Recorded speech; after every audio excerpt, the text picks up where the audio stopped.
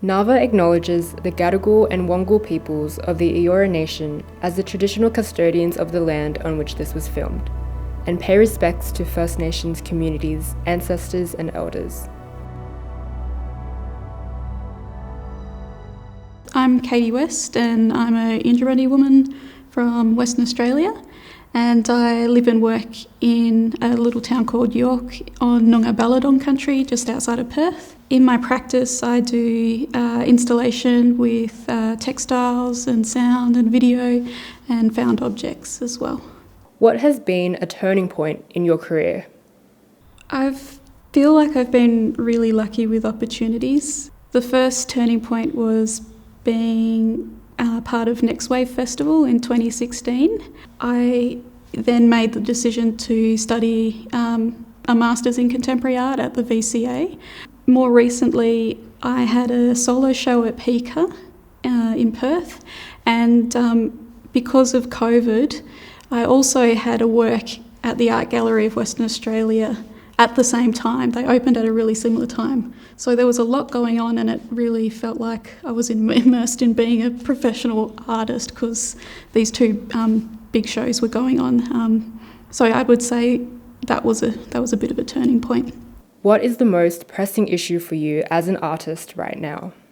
I can think about it in a really practical way, like having a studio that's big enough that I can really settle into over a number of years is a priority. And then the other side of things is thinking about what kind of work and ideas and messages are important to spend time on, and increasingly, well, I feel like it's always been there, a real deep concern about the environment within climate change and just the kind of overconsumption that's been going on for far too long now.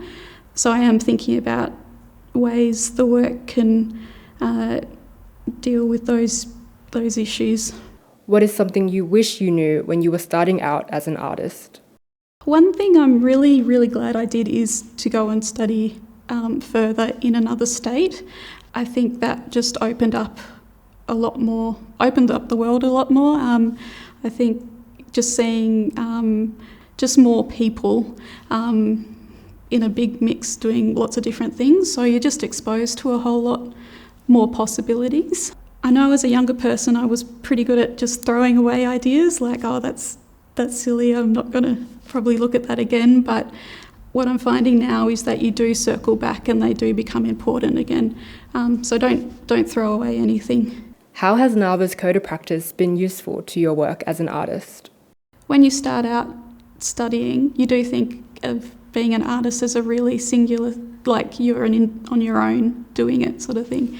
Whereas having a body like NAVA, you understand, it's actually a whole kind of ecology of people who can work together to gain more rights. So being able to look at the website and get a refresher on whenever I'm responding to an opportunity or going for a grant and going, okay, this is how much I'm worth for each hour that I'm dedicating to this. Yeah, super helpful when it does feel like you're still trying to convince some people that being an artist is a real job. What brings you joy in your work?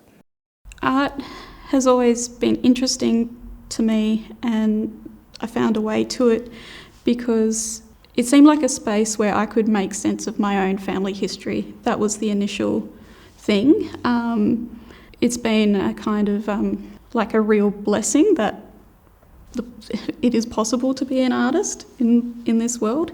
Otherwise, I don't really know what kind of other avenues I might have found for support to deal with some of those family issues due to stolen generations history and all that. Yeah, so I think early on it was more about like a personal therapy and comfort. And now I am coming to a point where it is a lot more about joy. I see that sort of dedicating space and time to joy as a real kind of a powerful thing to do.